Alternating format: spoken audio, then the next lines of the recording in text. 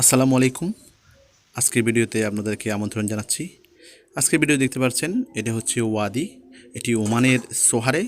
ওমানে প্রচুর বৃষ্টিপাত হচ্ছে। বৃষ্টিপাতের সময় এখানে ওয়াদি নামে। যারা প্রবাসে আছেন, বিশেষ করে মিডল ইস্টে আছেন, তারা জানেন ওয়াদি কী। যখন বৃষ্টি শুরু হয় তখন এই রোডের উপর দিয়ে পাহাড় বেয়ে পানিগুলি গড়িয়ে আসে এবং এগুলো অনেক মারাত্মক হয় এবং বড় ধরনের বিপদ কিন্তু এগুলিতে হয় ওয়াদিতে।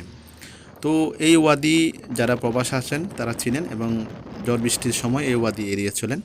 এটি সোহারের একটি রাস্তা, দেখতে পাচ্ছেন। এখানে রাস্তার আশেপাশে তেমন মানুষজন নেই, যেহেতু এখানে বৃষ্টি হচ্ছে। বৃষ্টি হলেই এখানে কিন্তু মানুষজনের যে আনাগোনা সেটা অনেক কমে যায়। তাছাড়াও আরব দেশগুলিতে মানুষের সংখ্যা অনেক কম। দেখতে পাচ্ছেন রাস্তার দুপাশে কিন্তু প্রচুর পানি জমে গিয়েছে বৃষ্টি হওয়ার পরেই এখানেগুলো পানি কিন্তু জমে যায়, কারণ এখানে পানি নিষ্কাশনের তেমন ব্যবস্থা নেই। যেহেতু আরব দেশগুলো হচ্ছে মরুভূমি এবং খুব জনসংখ্যা খুবই কম, সেই জন্য এখানে বৃষ্টি আগে সবসময় হতো না, এখন কিন্তু এখানে বৃষ্টি নিয়মিত হয়।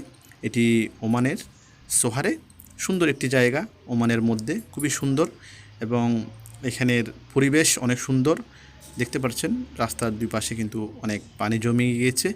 তো আপনারা যারা প্রবাসে আছেন তারা ওয়াদি সম্বন্ধে আপনারা কমেন্ট করে জানাবেন। আর এখন বেশিরভাগ কিন্তু বৃষ্টি হচ্ছে, বিশেষ করে ওমানে বৃষ্টি হচ্ছে, সৌদি আরবে বৃষ্টি হচ্ছে, তারপর দুবাইতে বৃষ্টি হচ্ছে, কাতারে বৃষ্টি হচ্ছে, যেগুলো আগে কিন্তু আরব দেশগুলোতে দেখা যেত না।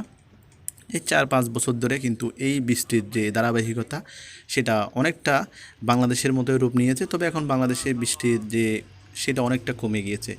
এখন বাংলাদেশে আগের মতো নেই। তবে আরব দেশগুলোতে এখন বৃষ্টির পরিমাণ অনেকটা বাড়তি বেড়ে গিয়েছে, যার কারণে সেখানে সাময়িক সমস্যা হলো। এখানে কিন্তু গাছপালার জন্য অনেক উপকারী, পরিবেশের জন্য অনেক উপকারী, পরিবেশ অনেক সুন্দর। এটা সোহারের একটি রাস্তা, খুব সুন্দর একটি রাস্তা সোহারের। তো আপনারা যারা আমার ভিডিওগুলো নিয়মিত দেখেন এবং ভিডিওগুলো যারা শেয়ার করেন তাদেরকে অসংখ্য ধন্যবাদ। আর যারা আজকে নতুন দেখতেছেন, আশা করছি আপনারা ভিডিওটি শেয়ার করবেন এবং পেজটি ফলো দিয়ে রাখবেন। আজকে পর্যন্ত, আল্লাহ হাফেজ।